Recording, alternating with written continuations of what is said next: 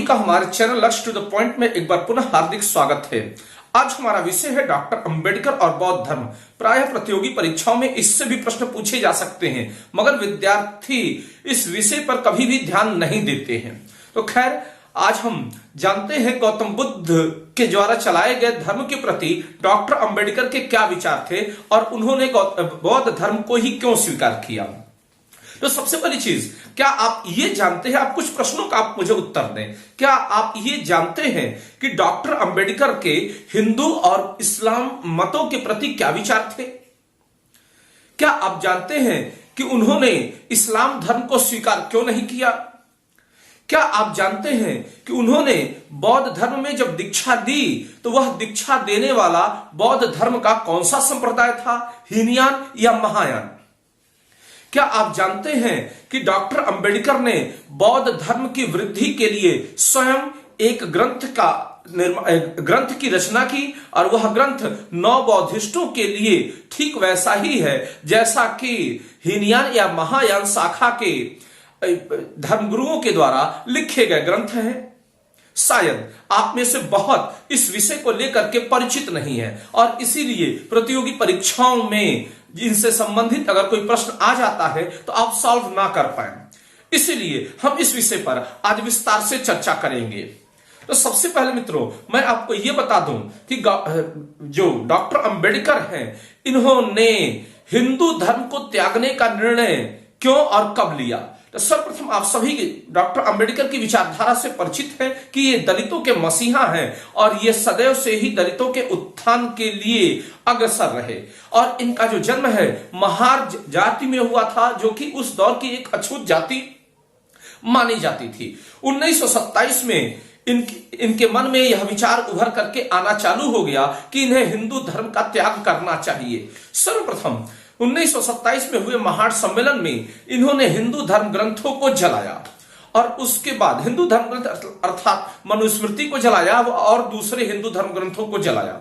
इसके पश्चात ये तय करने लगे थे कि मुझे या तो हिंदू धर्म की कुरीतियों को दूर करना होगा और अगर कुरीतियां नहीं दूर कर सका तो मुझे दूसरे धर्म में दीक्षा ले लेनी चाहिए। फाइनली 1935 आते आते गांधी और अंबेडकर के बीच मतभेद उभर करके सामने आने लगे और इन्हीं मतभेदों की पृष्ठभूमि में उन्होंने ये तय किया कि वे पैदा तो हिंदू हुए हैं किंतु हिंदू मरेंगे नहीं। जब उनके मन में ये विचार आया और जब इन बातों की उन्होंने घोषणा की, उसके बाद से ही ईसाई मिशनरियां और मुस्लिम संप्रदाय के लोग डॉक्टर अंबेडकर की तरफ लालायित आंखों से देखने लगे थे कि शायद डॉक्टर अंबेडकर उन्हीं के मजहब में दीक्षा लें, क्योंकि डॉक्टर अंबेडकर उस वक्त एक बहुत बड़ी हस्ती थे और ईसाई और इस्लाम की फिलॉसफी आप जानते ही हैं कि एक्सपेंशनिस्ट नेचर की है। ईसाई भी चाहते हैं कि एक दिन धरती के अंत तक सारी दुनिया को ईसाइयत में तब्दील कर लिया जाए और मुस्लिम अनुयायी भी चाहते हैं कि एक दिन सारी दुनिया को इस्लाम में कन्वर्ट कर दिया जाए। तो डॉक्टर अंबेडकर अगर जिस मत को स्वीकार करते, चाहे ईसाई मिशनरियों के द्वारा ईसाई होते या फिर मुस्लिम धर्मगुरुओं के द्वारा इस्लाम स्वीकार करते, भारत की एक बड़ी आबादी, करीब मान के चल सकते हैं कि उस दौर में 20 से 25% की आबादी डॉक्टर अंबेडकर की फॉलोअर थी। तो जिस धर्म में डॉक्टर अंबेडकर जाते ही उनके अनुयायी भी ठीक उसी धर्म को स्वीकार करते। एक प्रकार से डॉक्टर अंबेडकर की जो स्थिति है उस दौर में दलितों के मसीहा की हो गई थी। तो खैर, डॉक्टर अंबेडकर ने घोषणा तो कर दिया। अब इसके बाद से ईसाई मिशनरियां और इस्लामिक धर्मगुरु भी चाहने लगे कि किसी तरीके से इनके धर्म को या इनके रिलीजन को स्वीकार कर लें। लेकिन अब मुद्दा वहां पे आ गया जहां पे मैंने आपसे टॉपिक में प्रश्न पूछा था कि उन्होंने इस्लाम स्वीकार क्यों नहीं किया। तो इसके लिए सबसे पहले आपको जानना यह होगा कि उन्होंने हिंदुत्व का त्याग क्यों किया। तो जब हिंदुत्व की त्याग की बात आती है तो उनका मानना था कि हिंदुत्व पूरी तरीके से ब्राह्मणवाद और मनुवाद के चंगुल में है। यहां छुआछूत का भेदभाव होता है और यहां पर मानव का जो मानव के प्रति अपने ही जैसे दूसरे एसेंस या चेतना वाले मानवों के प्रति जो दृष्टिकोण है वह पूर्णतः घृणापूर्ण है। और ऐसी स्थिति में हिंदू धर्म किसी भी रूप में मानवीय मूल्यों की रक्षा नहीं कर सकता है।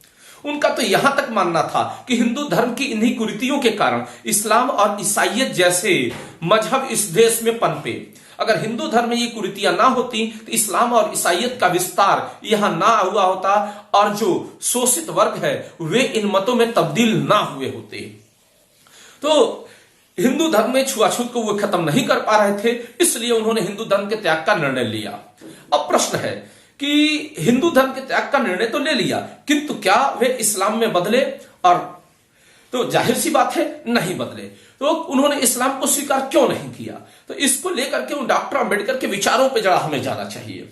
तो हालांकि इसमें मैं विस्तार से जो चर्चा करूंगा पॉलिटिकल साइंस ऑप्शनल की जो मेंस क्लास होगी, डॉक्टर अंबेडकर जो इंडियन पॉलिटिकल थॉट पढ़ेंगे तो उसमें विस्तार से डॉक्टर अंबेडकर को समझेंगे। लेकिन यहां शॉर्ट टर्म में बस आप ये समझ लें, क्योंकि प्री पर्पस से बनाया है इस चीज को लेकर के प्रारंभिक परीक्षाओं की दृष्टि से, कि डॉक्टर अंबेडकर ने इस्लाम को स्वीकार क्यों नहीं किया। तो उनका मानना था कि भारत में जब इस्लाम प्रवेश किया, अफगानिस्तान से जब दक्षिण की तरफ आना चालू हुआ, पूर्व की तरफ बढ़ना चालू हुआ, तो वह हिंदुत्व के चंगुल में फंस गया और कुल मिलाकर के इस्लाम मनुवाद के चंगुल में फंस गया। उनका खुद मानना था कि इस्लाम पे मनुवाद का प्रभाव अच्छी तरीके से देखा जा सकता है। ऐसी परिस्थितियों में इस्लाम में स्वयं ऊंचे बड़े का भेद है। यहां तक कि जो इस्लाम की जो बड़ी जातियां हैं जैसे कि सिख हैं, पठान हैं, उनकी स्थिति बिल्कुल ब्राह्मणों और क्षत्रियों की तरह ही है। जिस प्रकार ब्राह्मण और क्षत्रिय हिंदू धर्म के जो निचले तबके या दबे कुचले तबके के समूहों को महत्व नहीं देते हैं, ठीक वैसा ही शोषण इस्लाम की जो ऊंची जातियां हैं वह नीची जातियों के साथ करती हैं। तो अंततः उनका सीधा सीधा उन्होंने बोला भी था कि इस्लाम को मैं इसलिए नहीं स्वीकार कर रहा हूं क्योंकि यह पूरी तरीके से मनुवाद से प्रभावित है। मुगलों के प्रति उन्होंने अपना ऐसा विचार रखते वक्त कहा था कि जब मुगल आए तो मुगलों ने पूरी तरीके से क्षत्रियों से समीकरण बना लिया और उसके बाद से बड़ी जातियों के संस्कारों में ढल गए और ढलने के बाद से वे भी यहां दलितों के शोषण में लग गए। और साथ ही साथ कई जगहों पर तो उनका विचार यह था कि कुछ मामलों में हिंदू धर्म से भी निष्कृष्ट है आपका इस्लाम धर्म। अब प्रश्न है कि हिंदू धर्म से इस्लाम कैसे निकृष्ट है, इसका वे क्या उत्तर दे रहे हैं।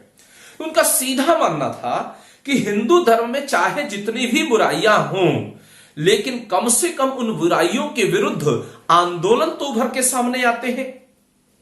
उन बुराइयों के विरुद्ध एक दूसरा समाज, चेतनशील समाज क्रांति तो करता है, किंतु इस्लाम में कुरीतियों के विरुद्ध क्रांति की कोई संभावना ही नहीं है।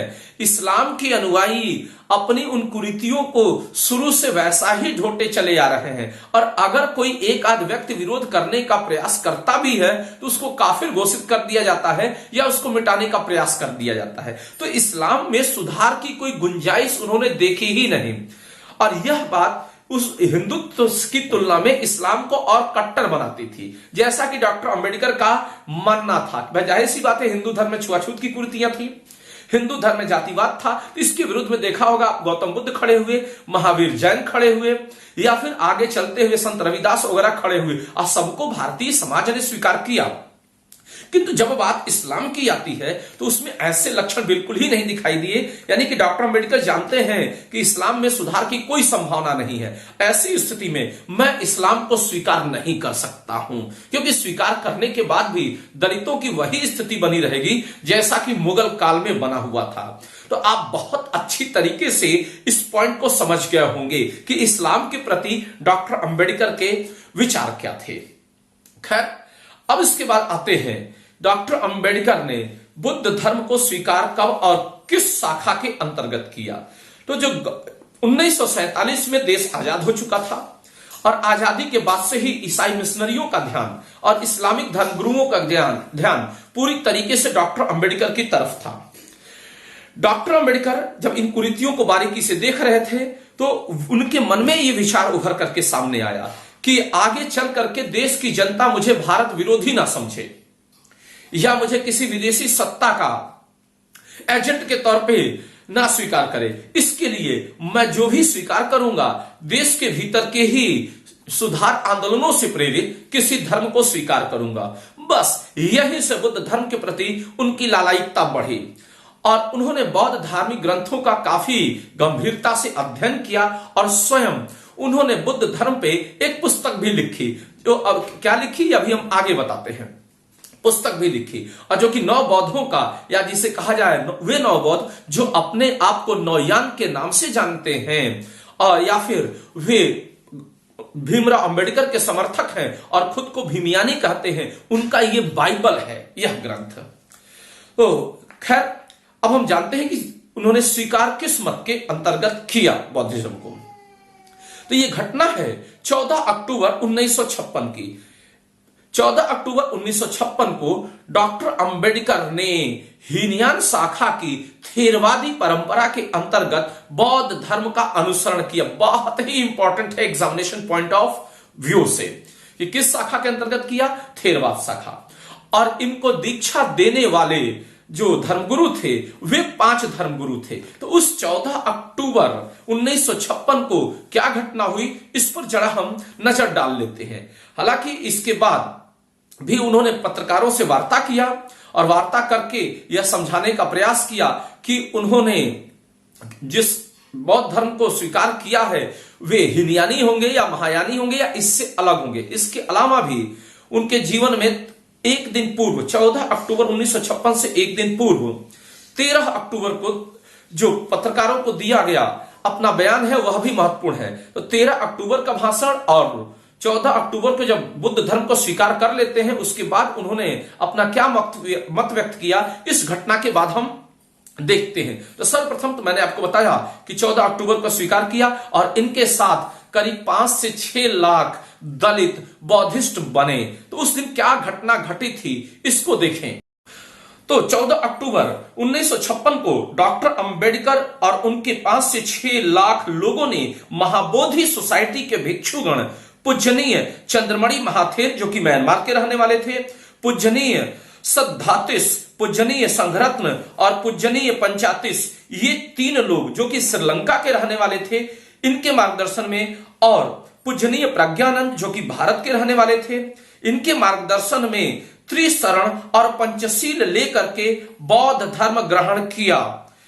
5 भिक्षुओं का यह संघ थेरवाद परंपरा का था और वे महाबोधि सोसाइटी में काम करते थे जिसे श्रीलंकाई बौद्ध सुधारक धर्मपाल के द्वारा बनाया गया था। इसके अलावा डॉक्टर अंबेडकर ने अपने अनुयायियों के लिए 22 प्रतिज्ञाएं भी उस दिन बनाई, उनसे पढ़वाई, और इसका उद्देश्य यह था कि ये सारे 9 बौद्ध बुद्ध धर्म का सख्ती से पालन करेंगे और हिंदू धर्म या किसी अन्य धर्म में पुनर्वापसी नहीं करेंगे। तो कुल मिलाकर के डॉक्टर अंबेडकर की जो सबसे बड़ी चिंता ये थी कि जो उनके फॉलोअर्स उनके साथ बुद्ध धर्म की थेरवादी परंपरा को स्वीकार कर रहे हैं, कहीं वे पुनः हिंदू पंडितों के द्वारा बरगलाए ना जाएं और वे फिर से हिंदू धर्म या इस्लाम में तब्दील ना हो जाएं। इसके लिए उन्होंने कुल 22 प्रतिज्ञाएं कराई थी। बहुत ही इंपॉर्टेंट है कि ध्यान रखेंगे कि 9 बौद्धों को उन्होंने कितनी प्रतिज्ञाएं दिलाई थी बौद्ध धर्म के प्रति समर्पित होने के लिए, तो कुल 22 प्रतिज्ञाएं दिलाई थी। तो अब हम चर्चा करते हैं कि जिस दिन उन्होंने बौद्ध धर्म को स्वीकार किया उसके पहले 13 अक्टूबर को क्या हुआ और उसके जस्ट बाद यानी कि उस बौद्ध धर्म के स्वीकार करने के बाद 14 अक्टूबर को क्या हुआ। तो सर्वप्रथम 13 अक्टूबर को यानी कि एक दिन पहले हितवाद नामक एक अंग्रेजी अखबार के पत्रकार ने उनसे पूछा कि क्या डॉक्टर अंबेडकर बौद्ध धर्म में दीक्षा ले रहे हैं तो क्या वे किसी नई परंपरा को जन्म देंगे या फिर बुद्ध धर्म की किसी पुरानी शाखा को ही मानेंगे। इसको लेकर के डॉक्टर अंबेडकर का सीधा सा मत था कि वे जो बौद्ध धर्म की हीनयान या महायान परंपरा है इसके बीच में जो मतभेद है वे मतभेदों में नहीं उलझना चाहते हैं। उनका संबंध हीनयान या महायान से नहीं होगा बल्कि उनका संबंध बुद्ध की मौलिक शिक्षाओं से होगा और बुद्ध ने जो मौलिक शिक्षाएं दी थी वे उन मौलिक शिक्षाओं का ही पालन करेंगे। और साथ ही साथ जो उन्होंने कहा कि हीनयान और महायान के भीतर जो अच्छी बातें हैं जो बुद्ध के समय से ही चली आ रही थी वे उसे स्वीकार करेंगे। हीनयान और महायान परंपरा में जो बाद से कुरीतियां जुड़ी वे उन कुरीतियों को किसी भी रूप में स्वीकार नहीं करेंगे। आस्था वाले किसी भी दृष्टिकोण को नहीं रखेंगे।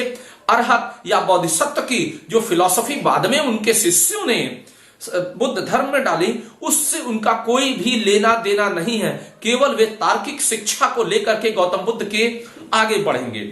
यहीं पर प्रश्न उभर करके आया कि क्या उनके धर्म को भीमयान कहा जाए या कौन सा यान माना जाए, हीनयान या महायान। तब इन्होंने सीधा कहा कि आप इसे नवयान कह सकते हैं, यानी कि नया मार्ग। तब से ही यह प्रश्न चिन्ह लगने लगा था कि क्या गौतम बुद्ध हीनयान और महायान के अलावा बौद्ध धर्म के किसी तीसरे मत का प्रतिपादन करेंगे। अब हम इसके बाद देखते हैं कि इस नवयान रूपी जो शब्द उभर करके आ रहा है, इनके विचारों में जो एक दो बार प्रयोग किया था, इस पर इनका बौद्ध धर्म स्वीकार करने के बाद जो इन्होंने वार्ता किया, उसमें इन्होंने क्या मत व्यक्त किए। बौद्ध धर्म में दीक्षा लेने के ठीक बाद एक मराठी उपन्यासकार गजानन त्र्यंबक माडखोलकर ने डॉक्टर अंबेडकर का नागपुर के एक होटल में इंटरव्यू लिया और इस इंटरव्यू में उन्होंने सीधे सीधे पूछा कि क्या उनके द्वारा चलाया गया धर्म नवयान है, जैसा कि वो पूर्व में एक दो बार बोल चुके हैं, या भीमयान है। इस बात को डॉक्टर अंबेडकर ने सिरे से नकार दिया। उन्होंने कहा, मैं बहुत ही छोटा व्यक्ति हूं, मैं किसी मार्ग की स्थापना नहीं कर सकता। हाँ, ये बात अलग है कि गजानन जी, आप चाहे तो इसे भीमयान बोले या नवयान बोले, ये आपकी मर्जी है, लेकिन मैं किसी यान की स्थापना नहीं कर रहा हूं। ठीक यही बात डॉक्टर अंबेडकर ने, जो बुद्ध धर्म के ग्रंथों का बारीकी से अध्ययन करने के बाद अपना एक नई ग्रंथ की रचना की, बुद्धा एंड हिज धर्म। बहुत इंपॉर्टेंट है, ये किसकी रचना है? डॉक्टर अंबेडकर की। तो बुद्धा एंड हिज धर्म में भी साफ साफ उन्होंने कहा है कि वे किसी उस नवयान जैसी शाखा का निर्माण नहीं कर रहे हैं। हालांकि डायरेक्टली नहीं कहा है, लेकिन उस पुस्तक में कहीं भी किसी नए शाखा का जिक्र नहीं है। हाँ, यह बात अलग है कि उनको इस पुस्तक की रचना की जरूरत क्यों पड़ी। तो इसके पीछे मूल कारण है, उन्होंने सीधा कहा कि भारत में पनपा हुआ बुद्ध धर्म दुनिया का सबसे ज्यादा विशद ग्रंथों का एक संग्रह है और एक आम आदमी के लिए इसको समझ पाना बहुत मुश्किल है, क्योंकि बुद्ध धर्म के बिखरे हुए ग्रंथों को पढ़ना इतना आसान नहीं है एक आम आदमी के लिए। और बौद्ध धर्म कोई एक ऐसा ग्रंथ नहीं दे पाया है जैसा कि ईसाइयों के लिए बाइबल, जैसा कि मुसलमानों के लिए कुरान। तो ऐसी स्थिति में मैंने लंबा अध्ययन करके बुद्ध ग्रंथ के सभी चीजों की अच्छी बातों को लेकर के बुद्ध एंड हिज धर्म की रचना की है।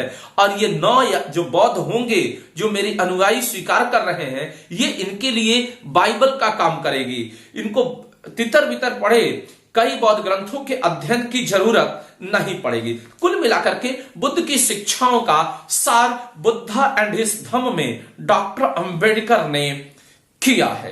तो मैं उम्मीद करता हूं कि आपको मेरा यह लेक्चर बारीकी से समझ में आ गया होगा। डॉक्टर अंबेडकर से जुड़े हुए महत्वपूर्ण विषयों के लिए अभी मैं पॉलिटिकल साइंस पे डॉक्टर अंबेडकर की लेक्चर लेकर आऊंगा, उसे जरूर सुने। तब तक के लिए धन्यवाद। और एक चीज और बता दें, हाँ, जाने से पहले कि आप क्या जानते हैं कि बौद्ध धर्म के किस मत के अनुयायी सबसे ज्यादा हैं भारत में? तो सच्चाई यह है कि बौद्ध धर्म के सबसे ज्यादा अनुयायी नवयानी बौद्धी हैं। नवयानी बौद्धी मतलब कि जिस बुद्धिज्म को प्रचारित कौन कर रहे हैं? डॉक्टर अंबेडकर कर रहे हैं। हीनयान और महायान के अनुयायियों की संख्या बहुत कम है। तो अगर आपसे कभी महाराष्ट्र आदि में या उसकी कोई स्थानीय परीक्षाओं में अगर पूछ देता है कि भारत में किस शाखा के बुद्ध मतावलंबी सबसे ज्यादा है, हीनयान, महायान या नवयान, तो आप नवयान पर ही टिक लगा करके आएंगे। हालांकि ये डॉक्टर अंबेडकर ने इसको औपचारिकता से स्वीकार नहीं किया था या नौ बौद्धों को स्वीकार नहीं किया था, किंतु महाराष्ट्र सरकार और भारत सरकार काफी हद तक इसको मान्यता दे चुकी है। बातें समझ में आ रही होंगी। और कुल मिलाकर के डॉक्टर अंबेडकर का यह विचार कि जो 1000 साल से धर्म चक्र परिवर्तन रुका पड़ा हुआ था, उसे मैंने नई दिशा दी है। आज ये नवबौद्ध उसको आगे बढ़ा रहे हैं।